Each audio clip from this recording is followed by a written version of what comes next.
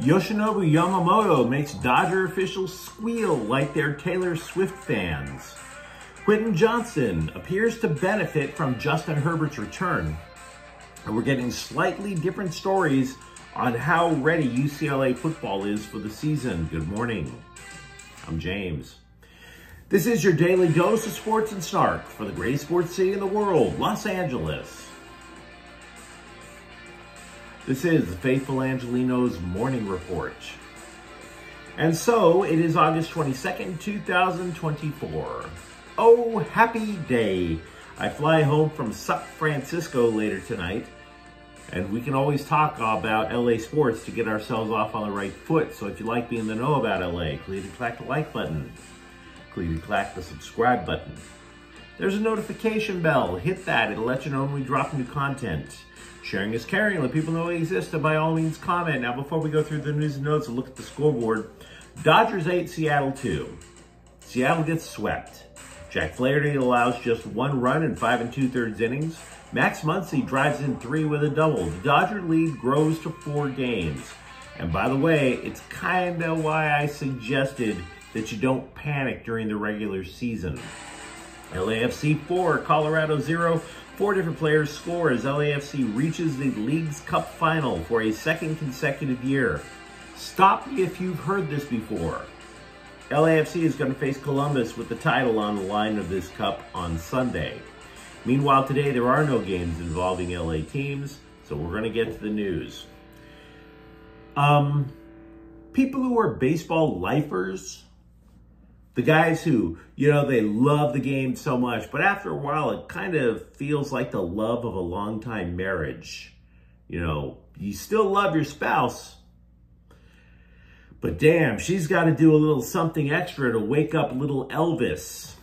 So, at Dodger Stadium yesterday, Yoshinobu Yamamoto gave those baseball lifers who run the Dodgers like a bucket full of Viagra yesterday, because they burst into applause watching him pitch in a simulated game. Pitched 2 innings in a simulated game at Dodger Stadium yesterday. Dave Roberts, who called the workout, quote, very positive, unquote, said Yamamoto will pitch 3 innings in another simulation in about 5 days. We could all presume that Brandon Gomes and Andrew Friedman will try to break out in the wave while that happens. But the point is, you put these 2 tidbits together and you're looking at a September return. Yamamoto, by the way, has been out since June with right triceps tightness, whatever the hell that means. And yes, while there are articles today saying the Dodgers are concerned about their rotation, you can be forgiven if you're starting to envision a playoff rotation where Hall of Famer, first-time ballot Hall of Famer, Clayton Kershaw, would actually be the 4th guy. Because you're looking at Tyler Glasnow, you're looking at Yamamoto, you're looking at Jack Flaherty, then comes Clayton Kershaw. That works out. It's pretty formidable. Blake Trinan was activated for the injured list. Much like Shakira, his hips no longer lie. They are healthy. He has the highest leverage index of all Dodgers relievers, but I'll be damned if I can tell you what a leverage index is. It's kind of crazy. Analytics people, they always couple up with these new ways to try to create an argument like it's all groundbreaking, and none of it's impressive. With all this travel, there was some unfinished business to attend to, and I mean travel in my life. The Dodgers getting healthier meant players had to go.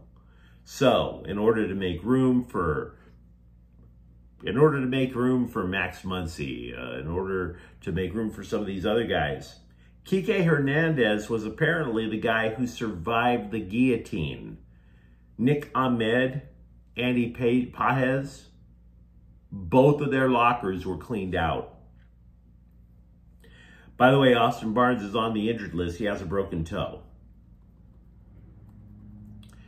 Scribes yesterday at Chargers practice were left slack-jawed watching Justin Herbert lashed out at the Bolts defense yesterday, just throwing one dart after another.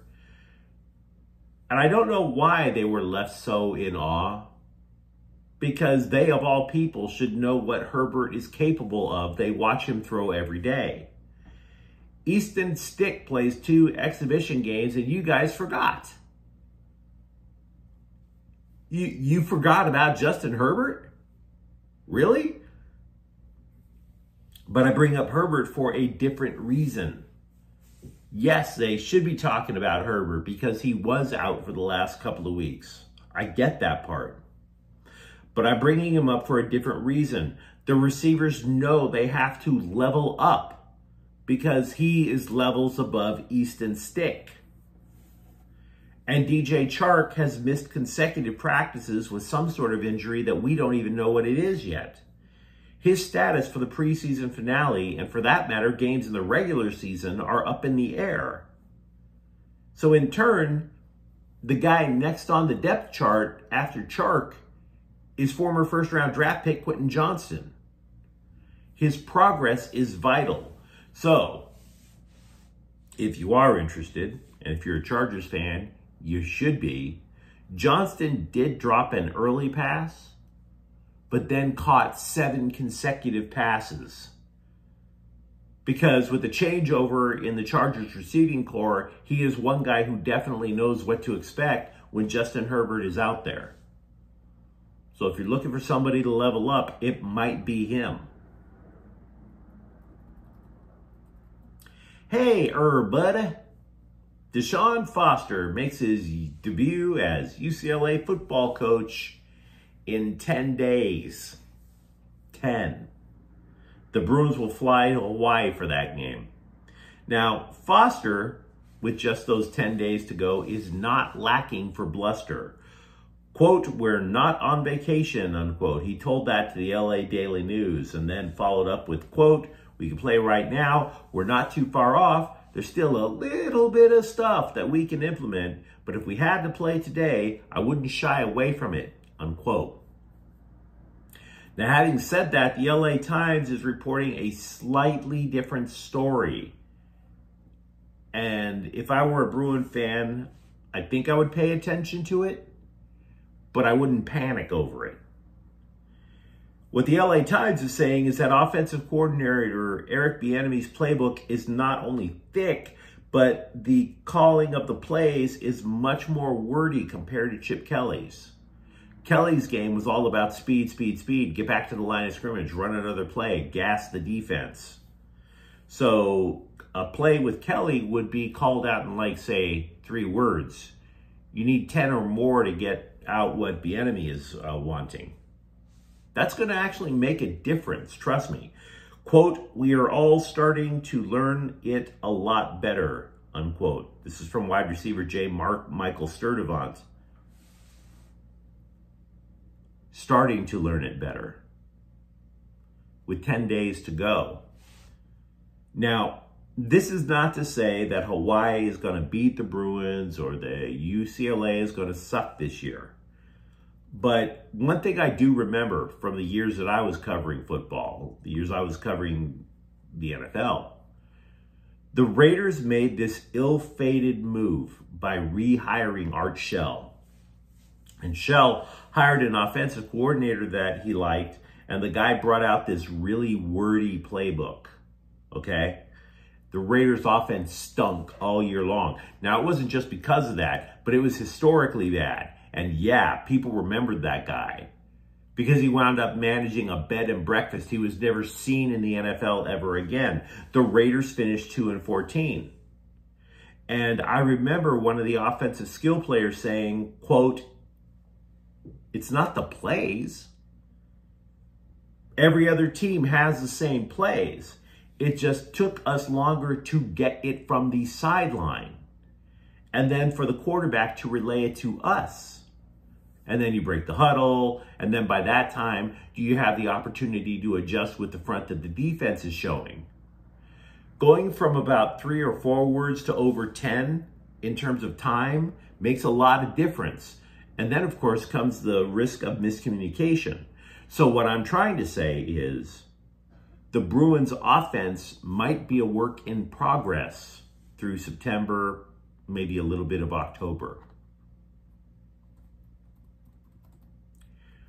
We, and by we I really mean I, have been complaining about the backups quarterback situation for both pro LA teams for weeks.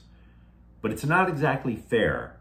The Rams' Jimmy Garoppolo is considered by a scribe for Fox Sports to be the fourth best backup in the NFL.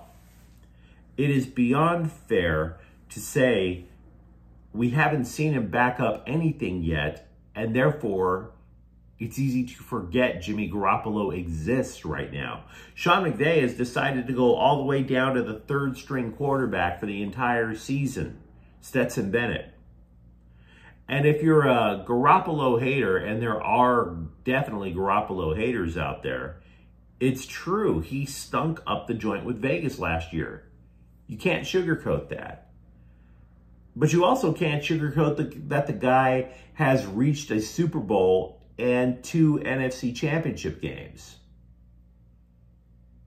And the Niners, if you look at it, they're kind of playing a little, the Rams are kind of playing a similar game to what Garoppolo had up there. We don't know if he'll even play a snap this year, considering Matthew Stafford is an elite ball spinner, if you want to go there. But in the instance that Stafford gets injured, which is quite possible, especially when you consider the guy is 36, Garoppolo is actually a hell of a backup insurance plan. Repeatedly, I have warned people not to trust the foreign soccer press, so take what I'm about to say with a fistful of salt. Celtic, a club out in Scotland, has allegedly opened talks with LAFC for forward Matus Bogusz, who has scored 16 times this year. I take that back, 17. Bogusz scored last night in that 4-0 victory over Colorado. If this story is to be believed, the black and gold would make a pretty penny, like around as much as $13 million.